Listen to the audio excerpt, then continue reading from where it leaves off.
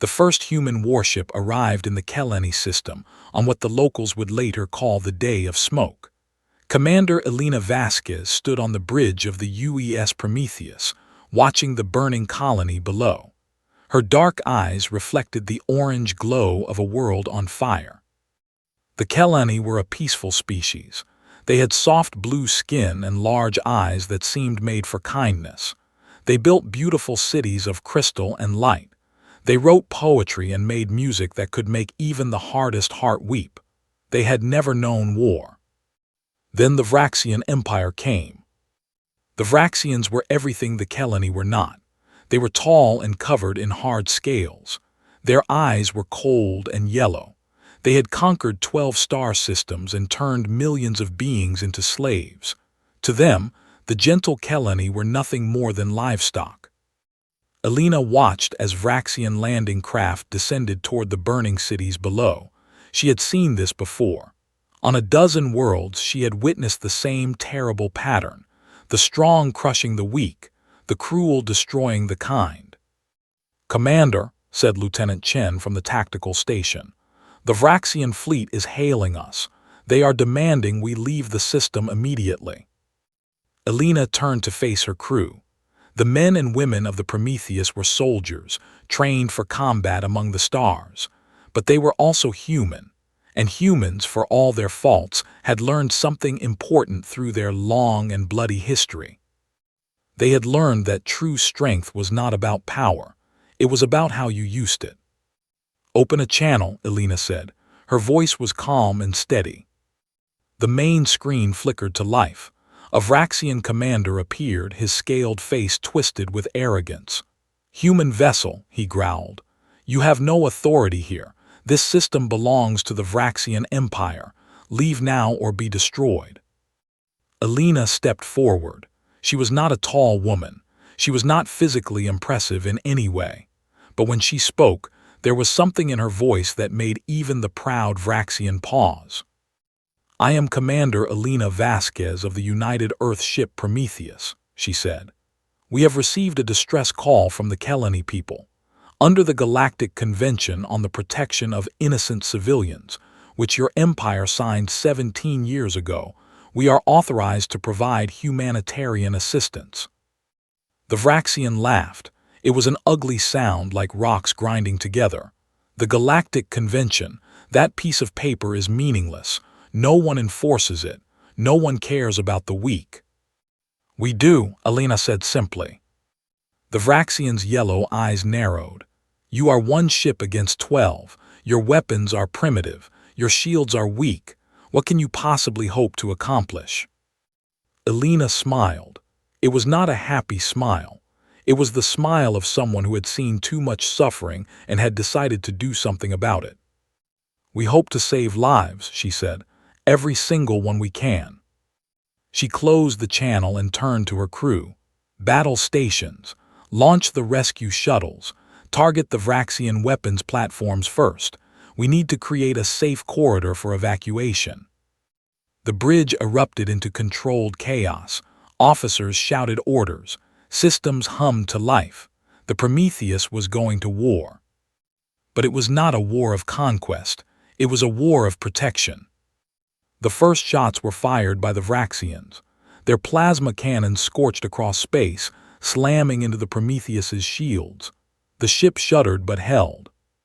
"Return fire," Elena ordered. "Target their weapons only. I want those ships disabled, not destroyed." Lieutenant Chen looked up in surprise. "Commander, they're trying to kill us." "I know," Elena said.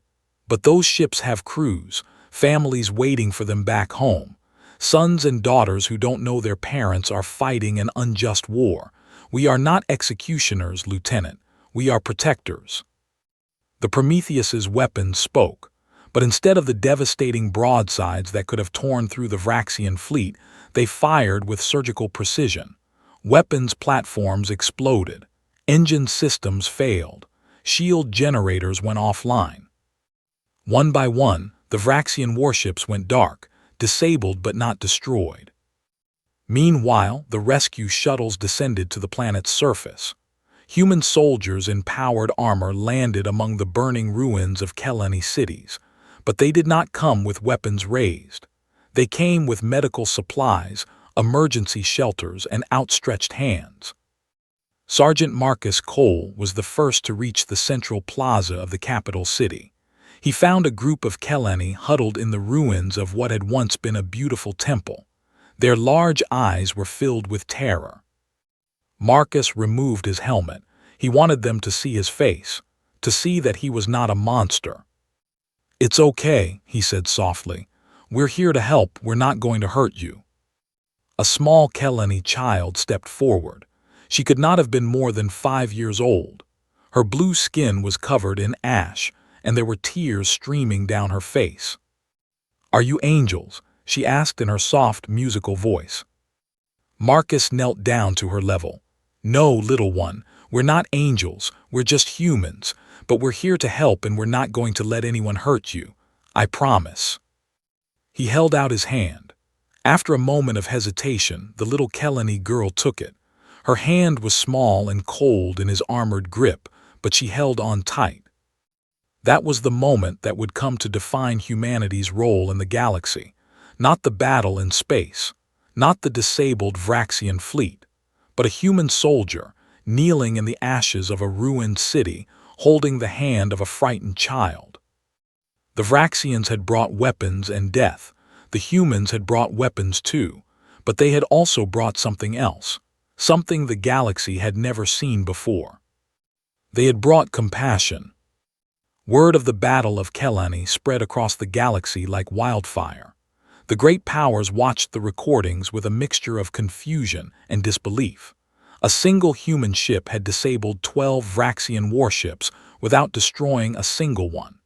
Human soldiers had rescued over 200,000 Kelani civilians in less than a day. But what truly shocked the galaxy was what happened after the battle. The humans sent medical teams to the disabled Vraxian ships. They treated wounded Vraxian soldiers with the same care they gave to the Kelani refugees. They offered food, water, and medicine to their enemies. The Vraxian commander, a warrior named Torg, could not understand it. He sat in his crippled command center, watching as human medics treated his wounded crew. These were the same humans who had just defeated him in battle, the same humans whose ship was still orbiting above, weapons ready. "Why?" he demanded when Commander Vasquez contacted him again. "Why do you help us? We are your enemies. We tried to kill you." Alina's face appeared on his screen. She looked tired but determined. "Because you are still living beings," she said. "Because your soldiers were following orders just like mine. Because hatred only breeds more hatred." Torg shook his head. "In the Empire, the strong rule and the weak serve. That is the natural order. What you are doing makes no sense." "Perhaps," Alina said. "But we believe in a different order. We believe that true strength is measured not by how many you can defeat, but by how many you can lift up. We believe that every life has value, even the lives of our enemies." Torg was silent for a long moment. In his entire life, no one had ever shown him mercy. In the Empire, mercy was weakness. The weak were trampled, discarded, forgotten. But here was this human, this small and fragile creature, offering him compassion. It was the most confusing thing he had ever experienced. "You are strange beings," he said finally. "I do not understand you, but perhaps there is something worth understanding." Alina nodded. "That's all we ask, that you try to understand." The news of this exchange spread even faster than the battle itself. Species across the galaxy began to wonder about these humans. What kind of warriors fought with such deadly skill, but then showed such kindness to their defeated foes? The Galactic Council, which had been largely powerless for centuries, suddenly found itself flooded with requests. Species wanted to know more about the humans. They wanted to understand this strange philosophy of compassionate warfare. Ambassador Sarah Chen was sent to represent humanity at the council. She was a small woman with silver-streaked hair and kind eyes. She had been a soldier once, long ago.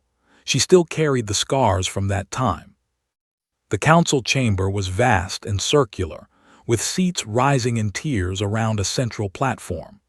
Representatives from hundreds of species watched as Sarah walked to the center and began to speak. "You ask why we fight with compassion," she said. Her voice was soft but carried to every corner of the chamber. "To understand, you must know our history."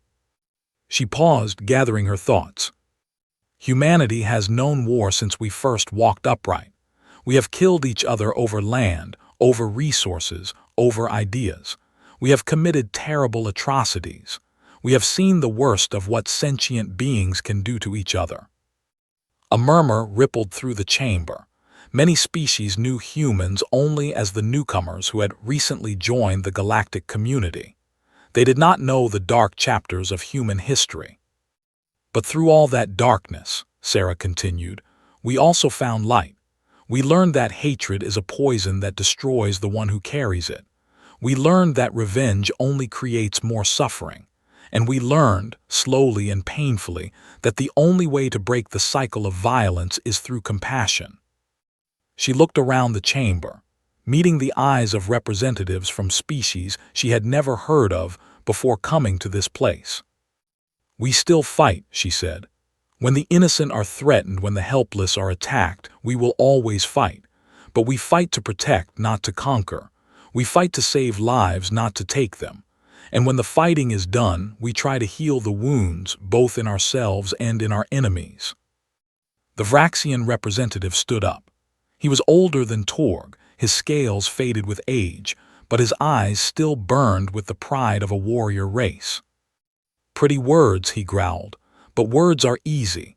The Vraxian Empire has ruled through strength for 1,000 years. Your compassion will not change anything." Sarah nodded.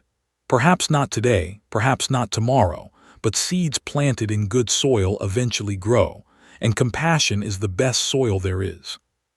The Vraxian laughed and sat down, but others in the chamber did not laugh.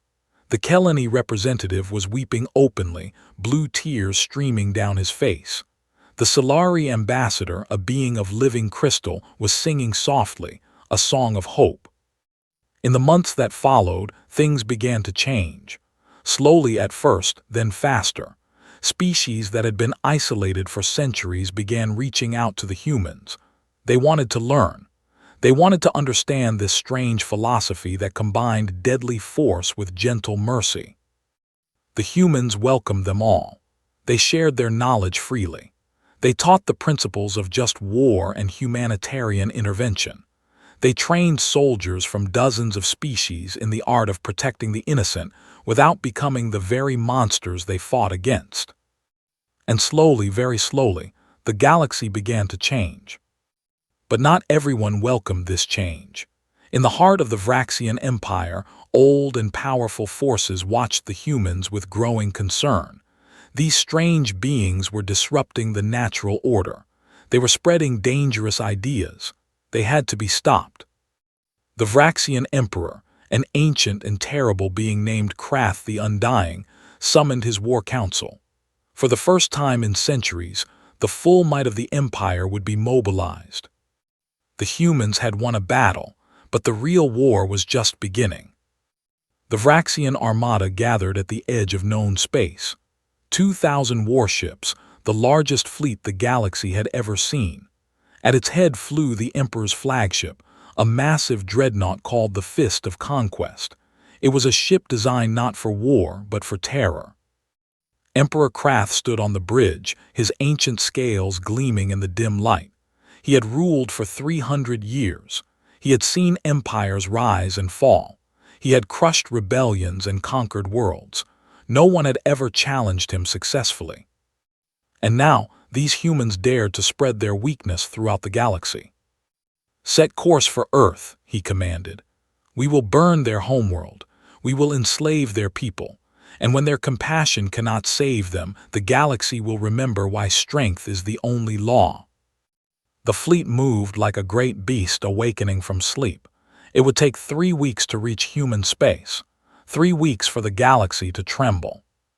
Commander Elena Vasquez received the news on the Prometheus. The ship had just completed another rescue mission, evacuating colonists from a planet struck by a meteor. Her crew was exhausted, her ship low on supplies. But when she heard the size of the approaching fleet, she did not despair. She smiled. "They still don't understand," she said to Lieutenant Chen. "They think this is about strength." Chen looked at the tactical display showing the massive Vraxian fleet.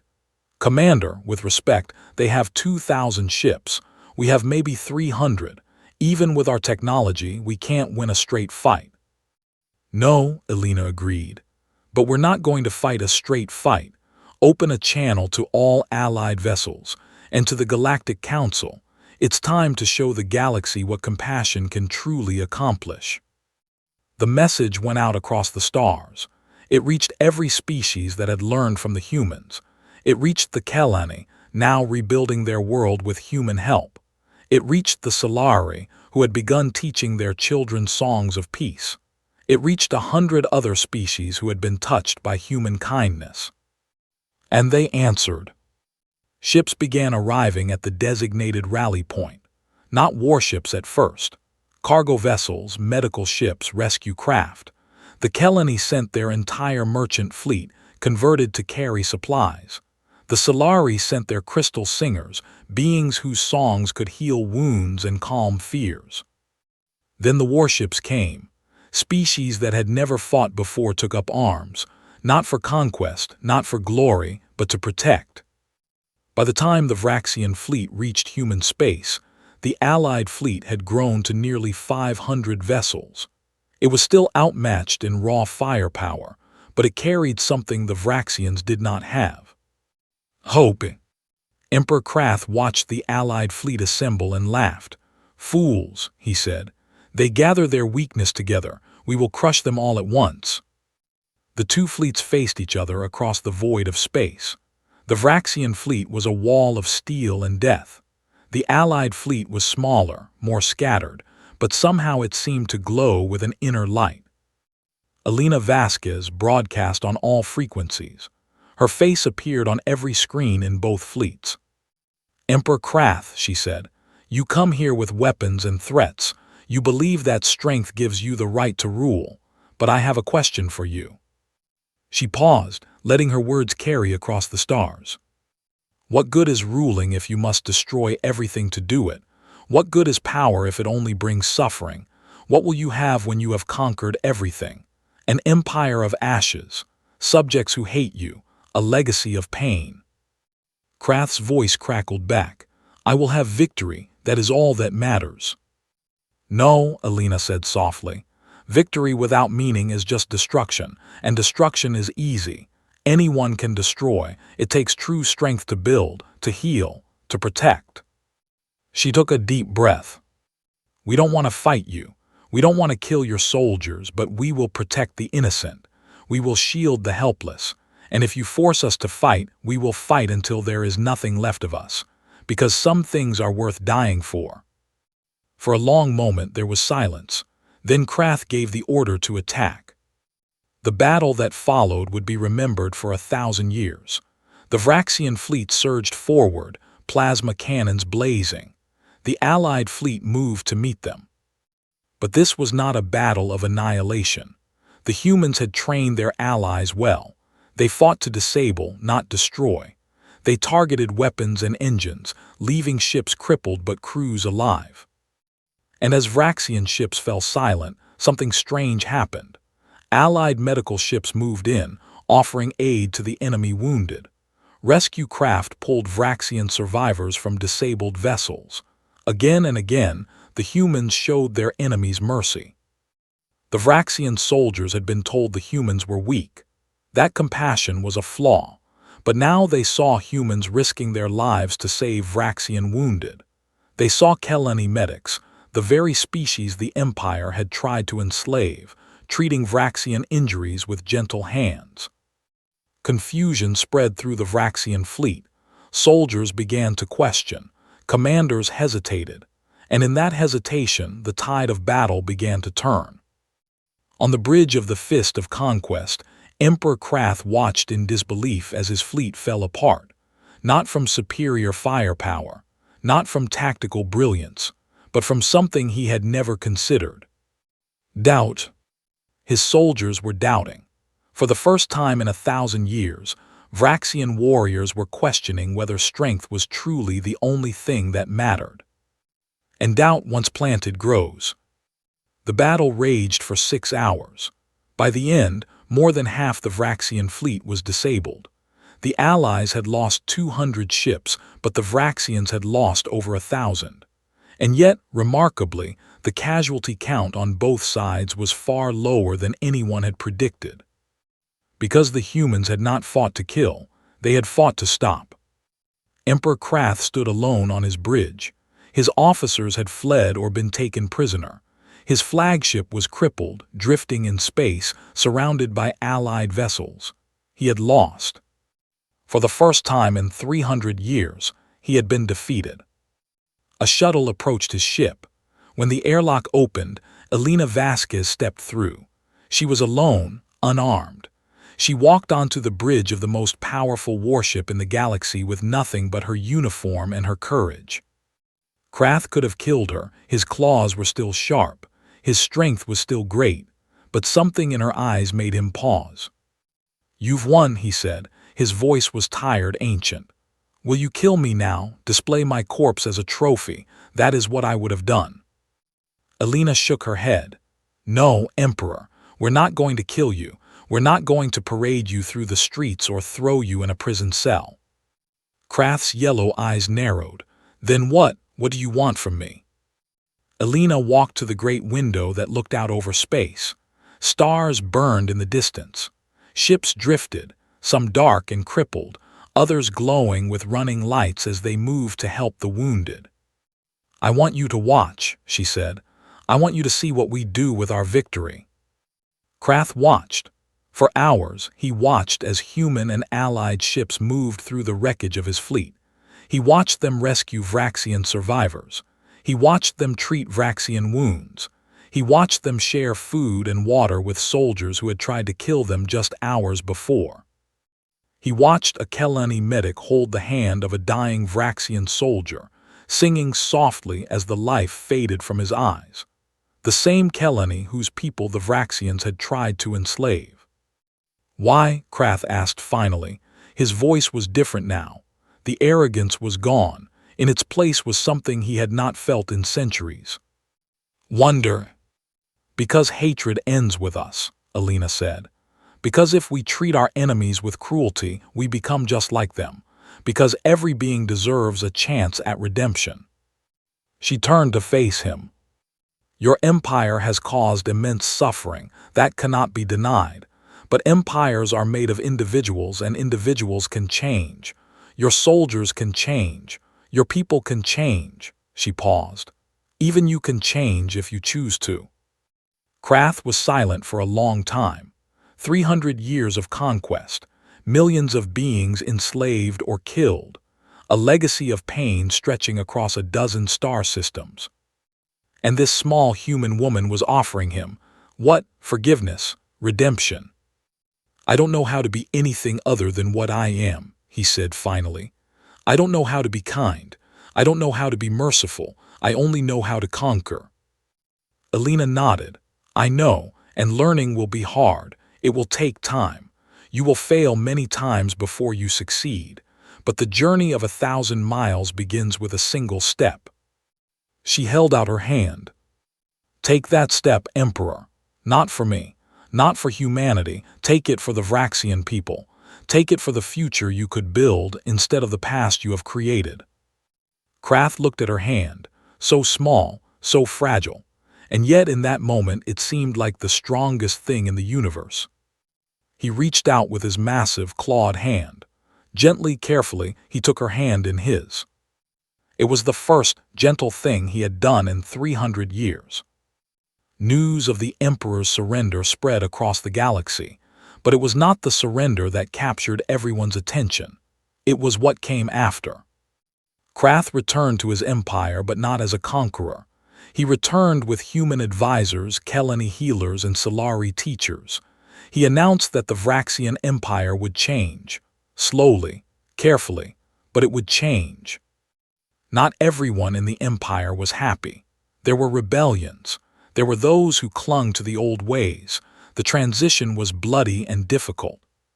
But the humans were there. They helped rebuild, they taught, they healed. They showed again and again that compassion was not weakness but strength. And slowly, very slowly, the empire began to transform.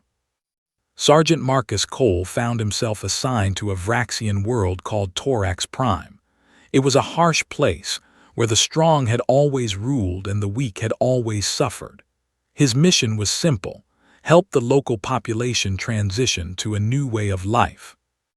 It was the hardest thing he had ever done. The Vraxians of Torax Prime did not trust him.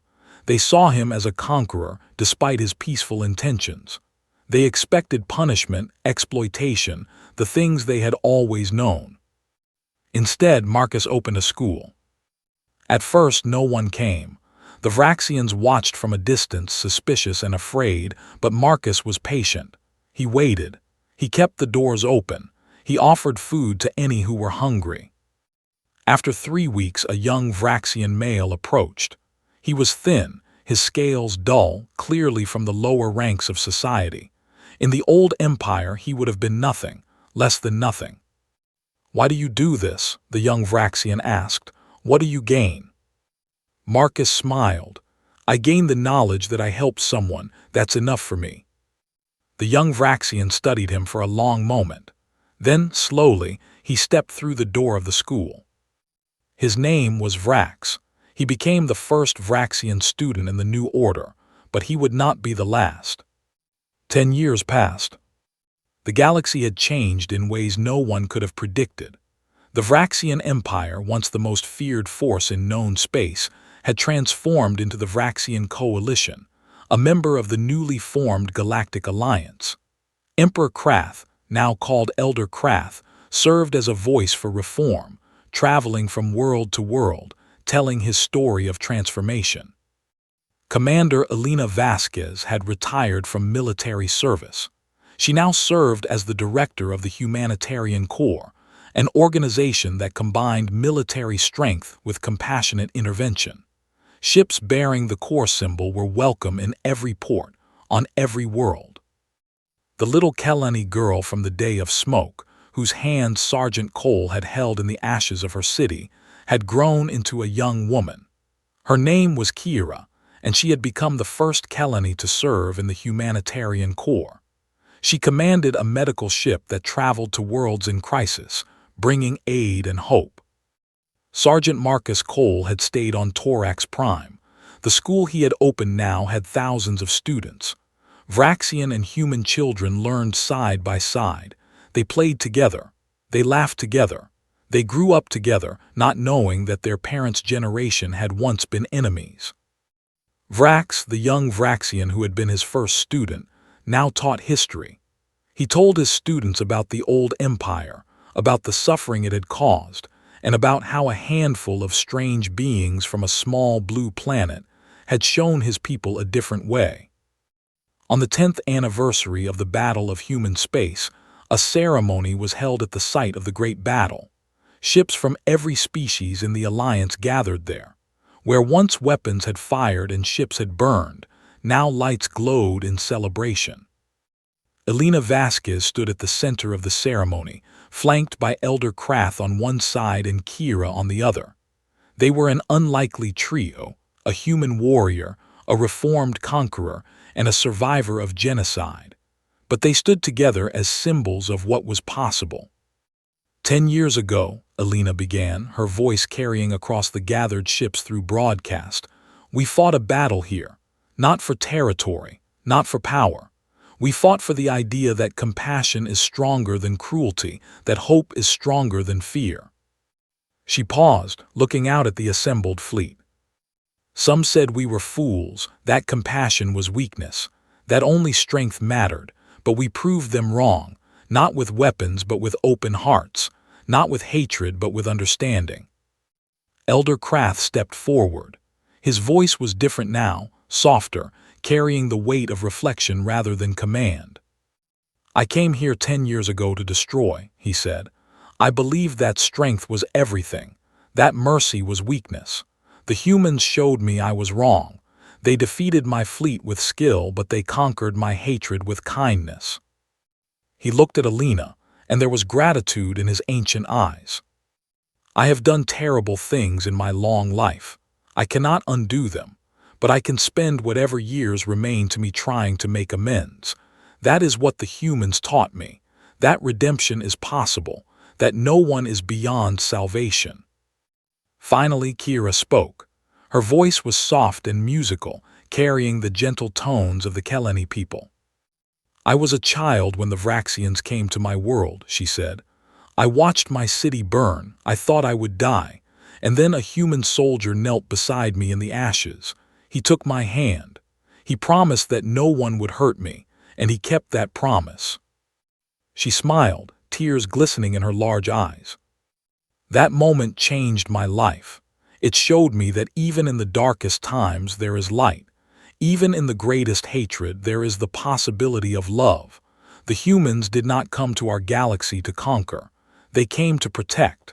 And in protecting us, they showed us how to protect ourselves and each other. She looked out at the assembled ships, vessels from hundreds of species, all united under the banner of the Alliance. This is their legacy.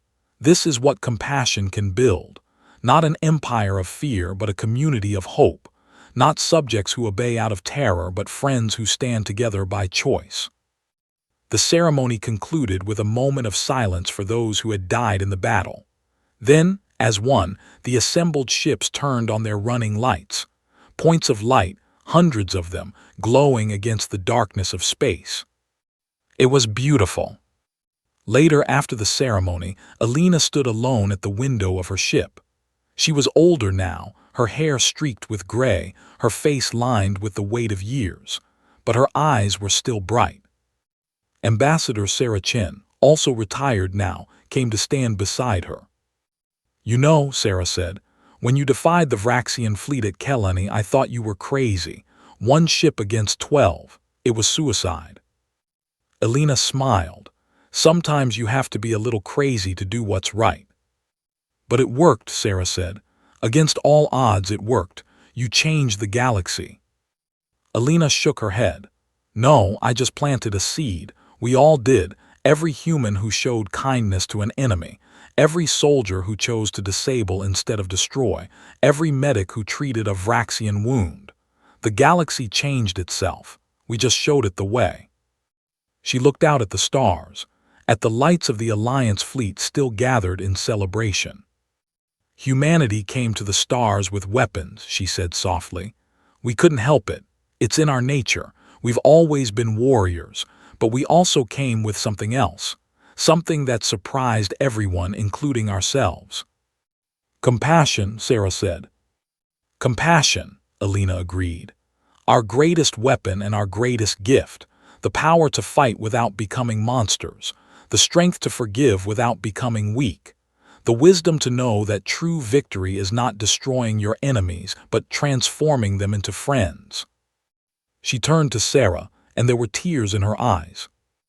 That is what it means to be human. That is what we brought to the stars. And that is why, in the end, compassion won. Outside, the stars burned eternal, witnesses to the greatest transformation the galaxy had ever known. Earth had sent warriors to the stars. They had brought weapons and ships and all the terrible knowledge of how to make war. But they had also brought compassion, and in the end, compassion had conquered all.